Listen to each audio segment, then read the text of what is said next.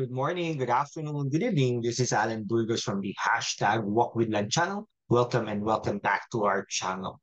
All right, so let us just honor our subscribers. They are now almost 5,230 subscribers. No, medyo nabawasan tayo. Kasi yesterday, ano na yan eh, no? 5,230 na eh, no? Medyo nabawasan tayo, no? Anyhow, thank you so much for all of the subscribers. Okay, so I'm really glad that you were able to subscribe. And if you are not yet subscribed, please do subscribe now so that we can be able to maintain and sustain this channel. Please. Thank you so much. And of course, no, we want to honor our international subscribers and to our kababayans also, no? Yeah, yeah. Thank you so much, kababayans and international subscribers, especially the United States of America. Thank you guys. Okay, so ano po tayo ngayon, no? So um ang ating pong pag-uusapan ngayon ay si Sandro Marcos. No? Si Sandro Marcos po ay kilala naman natin, no? Medyo sumikat yan nung panahon ng eleksyon eh. Kasi gwapo, no? Bata, no? Yan. Tapos ano po yan, UK educated person, ekonomista. Okay, si ano po, si Sandro Marcos, kung hindi po niyo nakikilala, ay anak po yan ni Pangulong Bongbong Marcos. Okay? Very ano po yan, visible nung nakaraang eleksyon. Tumakbo po bilang congressman ng first district. No? First time pong nagka-Marcos dyan na congressman kasi mga Fariñas po yan. Okay? The first district na yan. Usually, second district ang mga Marcos. Okay? Ayan. Kaya tumakbo po yan bilang congressman. No? First time, nanalo po yan. No? Nanalo po. Eh, talagang kinampanya rin po yan ni Pangulong Bongbong Marcos. No? Talagang, kumbaga, ginapang niya. No? So, pinakausapan niya yung mga kapitan at saka yung mga nakatira doon sa bandang Lawag, no? Lawag City. Okay? So anyhow, worth it naman, no? Talagang pagtatrabaho naman siya sa kanyang distrito, no? Yan. Kaya lang po ano, no? Ang tanong po natin ngayon, no? Si Sandro Marcos po ba ay magiging successor ng kanyang ama? Okay, yan. Eh, qualified naman po yan si Sandro Marcos. Pero depende po yan sa performance ni Pangulong Bongbong Marcos. Okay? Kasi yung ano, performance ng ang kanyang lolo or ama ni Pangulong Bongbong Marcos ay okay naman, no? So far. Okay, okay naman, no? In the past. Okay, naramdaman naman yan ng mga tao. Pero ngayon, hindi po natin alam dahil nagkakabaliktaran nga po eh, hindi nga pinagtatanggol si Vice President Sara Duterte. So tingnan po natin, no? Tingnan po natin. May mga pangako po na hindi natutupad, no? Talagang hindi matutupad. Katulad ng 20%, 20 pesos na bigas, isang kilong bigas. Diyos ko, wala po 20 pesos na bigas.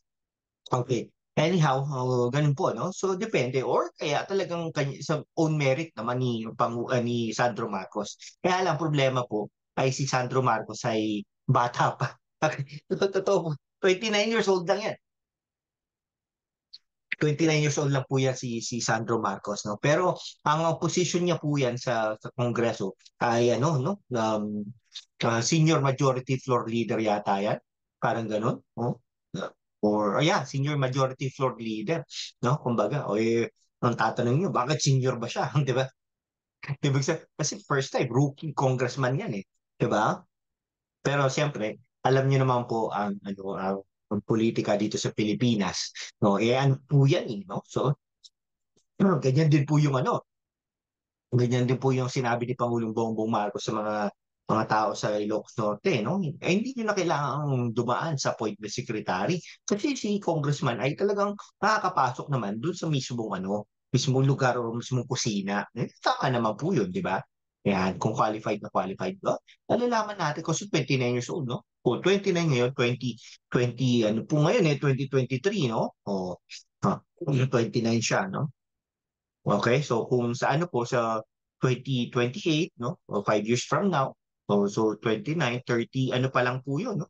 34. Hmm? Mga 34 years old. Okay? So 40 years old po ang pag tumakbo ka bilang pangulo sa Pilipinas, dapat 40 years old ka. Okay? Andun time ng eleksyon ha. Okay? So wala pa, bitin talaga, no? So, 29, 34 lang. Kulang pa ng 6 na taon. So, ibig sabihin, 2025, 2028 plus 6 years, no? 2034 na po, no? 2034 na po pwedeng tumakbo si Sandro Marcos. So, kaya, syempre, hindi pa yung makakatakbo ng presidente agad, di ba? O, kailangan niya pa mag-national, etc. No? O, at least 2040, no? 2040 yan. May hinog na siya bilang tumakbo bilang Pangulo ng Pilipinas. Okay? 2040. Okay, yan. Okay kayo guys, tanungin ko kayo, kung tatakbo, kung pwedeng tumakbo, no, sa susunod na eleksyon, si Sandro Marcos, tingin nyo kaya niya? O kaya karapat-dapat ba siya bilang maging successor ng kanyang ama sa kinabukasan? Okay, so mag-comment lang po kayo diyan sa comment section, no? Okay, maraming salamat po. Hanggang sa muli, no? Kung hindi ka pa nakapag-subscribe, subscribe ka naman, kaibigan. Alright. Sa balita, balitaan ko po kayo. Na, rin po, no, din po tayo ng merchandise dito sa ating t-shirt, no, jacket, no, hoodie, tapos sombrero, so, cup, etc. No? So, syempre, nandun po yung hashtag Walk with Land. Alright, 3 years na rin po ito no? So I hope you can be able to buy all these items, no? Sige, thank you so much guys and God bless you and thank you so much for viewing all of my videos. Thank you guys. God bless you.